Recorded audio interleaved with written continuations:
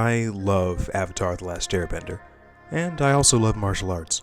That's actually what led me to Avatar when I was younger. And I know as far as anime and animation go, this isn't the hottest topic right now. We're still talking about our game, and justly so. That show is an absolute masterpiece. We're also talking about shows in which Japanese teenagers can be Canada's national hockey team, which, by the way, is like saying that any country that isn't the US could beat the US in American football, or that the US could beat any other country at regular football. I always enjoy when the influence of real martial arts is clearly visible in animation, even if it's a fictional style. Take Gentle Fist from Naruto. Basically, one night Baguazhang and Mantis Fist got hammered, and 9 months later this beautiful thing popped out.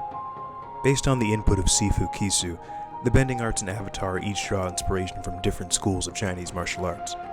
This means that the styles from other parts of the world were largely ignored, but I get that. Now, Avatar is a show that frequently pays homage to East Asian and Southeast Asian culture, especially Chinese culture. In this video, we're going to talk about some other styles that I think could have been a better fit for the bending arts. Despite the title, I'm not saying that the Avatar team's choices aren't valid or anything. I can't stress that enough, alright?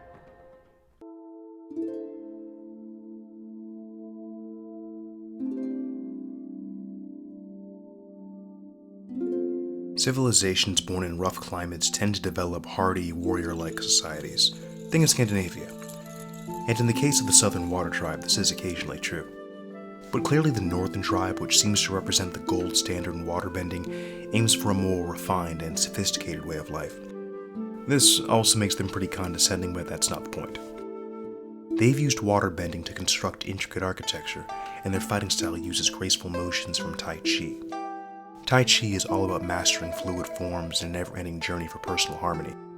And while I have the utmost respect for Tai Chi, it's also for this very reason that I believe a different style best aligns with waterbending. One more aligned with combat as opposed to personal harmony, I understand. Hear me out. Don't laugh. Formless, shapeless, like water. Jeet Kune. I know.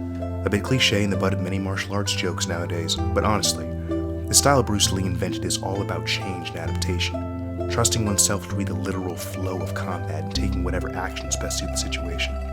If water is the element of change, then I do believe that Jeet Kune is the best style for it. And come on, if Spike Spiegel believes in it, it's at least worth a try.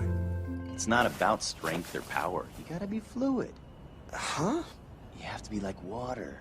That means relaxing the whole body so it can react instantly without resistance. Without thought.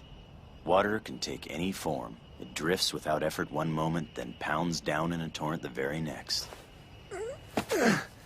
Maybe I get it, but then again, maybe not.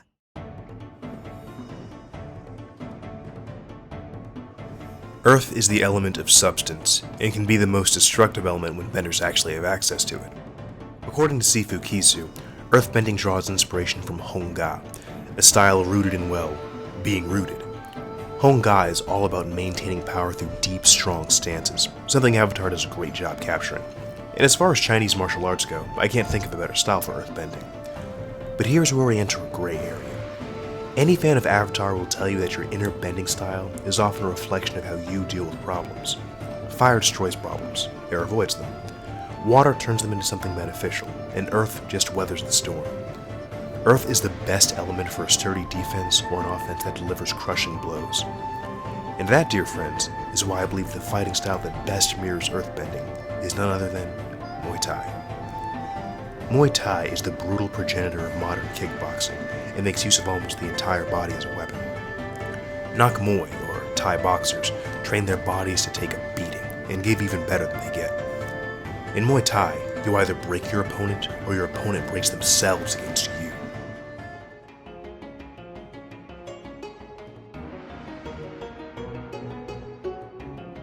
Many years ago, a man wandered in exile atop his red elk companion. In his travels, he encountered the spirits of the forest, bonded with them, and learned their ways, all while staving off a mysterious dark power that drove people into a rage. This man was Avatar Wan. Wan gained the power of fire from the lion turtles, created firebending forms by mimicking the spirit creatures, and that tradition lives on in the Avatar world. To be totally honest, I actually felt like firebending needed the least adjustment. Just like fire, Northern Shaolin is beautiful but hard to control. The acrobatic moves it's known for are a nice parallel to the flickering motion of fire too. But you know what?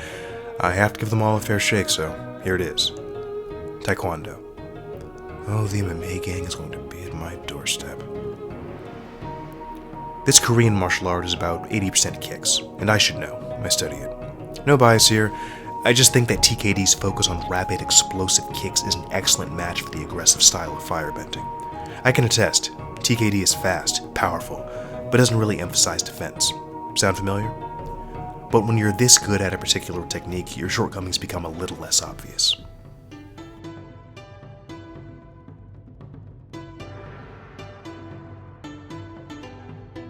This style is based on Bagwajang, and much like the wind, is always on the move. According to Tenzin, airbending is about spiral movement and smoothly changing course whenever you meet resistance.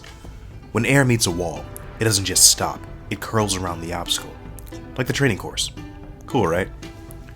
You know, I always found Zahir's approach to airbending fascinating.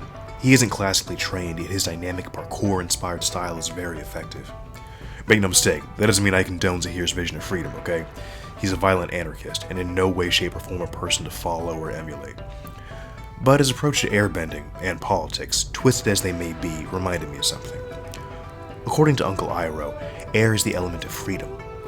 Bagwajang is beautiful and all, and much like Hongga, I do believe it's the best Chinese style to use here.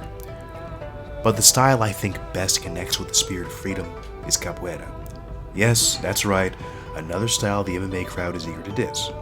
This isn't Tekken, man, dancing doesn't work. You've got to keep an open mind. Thank you, Hama. Capoeira was created by African slaves in Portuguese Brazil for self-defense, and much like wind, it never stops moving. It encourages self-expression through dance, acrobatics, and unpredictable kicking angles, making it a figurative, and dare I say literal, martial art of freedom. And also, you know you've seen Aang pull out some dance moves. So, what do you guys think? Do you agree? Disagree?